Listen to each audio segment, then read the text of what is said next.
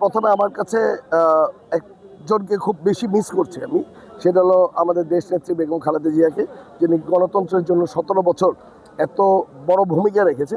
উনি আজকে নির্বাচনটা দেখে যেতে পারলে আমাদের কাছে খুব আনন্দ পেতাম। যাকে আল্লাহ ওনাকে বেহেশত নসিব করুক।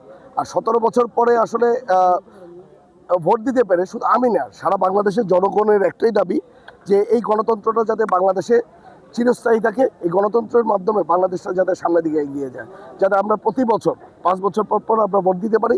ইভেন আমার ইচ্ছা, আমি যাকে ভালো মনে করব, দেশ যাকে ভালো দেশ যার মাধ্যমে দেশ যে দলের মাধ্যমে দেশ সামনের দিকে আগিয়ে নেবে, তাকে যাতে ভোট দেওয়া যায়। আর আমি আর দৃঢ় বিশ্বাস আমাদের দেশ নায়ক তারেক রহমান সাহেব এই দেশকে সামনে আগানোর জন্য উনি যেভাবে করে মানুষের সাথে মিলেমিশে চলতেছে, আমাদের দেশটা ইনশাল্লাহ আরো অনেক ভালো দিকে যাবে।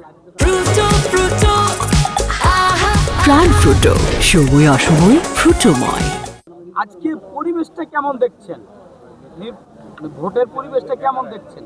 আসলে নির্বাচনের পরিবেশটা সারা বাংলাদেশের জিনিস তো অবশ্যই যার যেখানে অবস্থান একটা বলতে পারবে। তবে রূপগঞ্জের পরিস্থিতি হলো নির্বাচনের আনন্দমুখী একটা পরিবেশ আছে, যেটা শুধু এখন না, আমি আর এটা বিগত 15 দিন ধরে এখানে আপনার আনন্দের সাথে সবাই ভোটের অপেক্ষায় ছিল, যেটা সারা বাংলাদেশে বিরল একটি ঘটনা। ইভেন আপনি দেখতে পারবেন যে রূপগঞ্জে আপনার মানুষ বাড়িঘর সাজাচ্ছে, ফুল দিয়ে আনন্দ করছে। আমার মা বোনরা আপনার মেহেন্দি লাগাচ্ছে। এটা একটা বিরল ঘটনা বাংলাদেশের ইতিহাসে, যে এরকম করে মানুষ ভোটের অপেক্ষায় ছিল আজকের দিনটা। আরেকটা জিনিস হলো 17 বছর পরে আসলে ভোটটা দিতে পারছে, এর জন্য আসলে এই ঘটনাটা আরো বেশি হচ্ছে। একটা বিষয় হলো যে আমরা মাঝে মাঝে কিছু গুজব শুনতে পাই যে এখানে বিএনপি দখল করছে, জামাত এই করছে সেই করছে। আমরা যতটুকু জানি যে রূপগঞ্জে এরকম কোনো ঘটনা ঘটবে না, আশা আমরা করছি না বা আমরা এই পরিস্থিতি দেখছি না।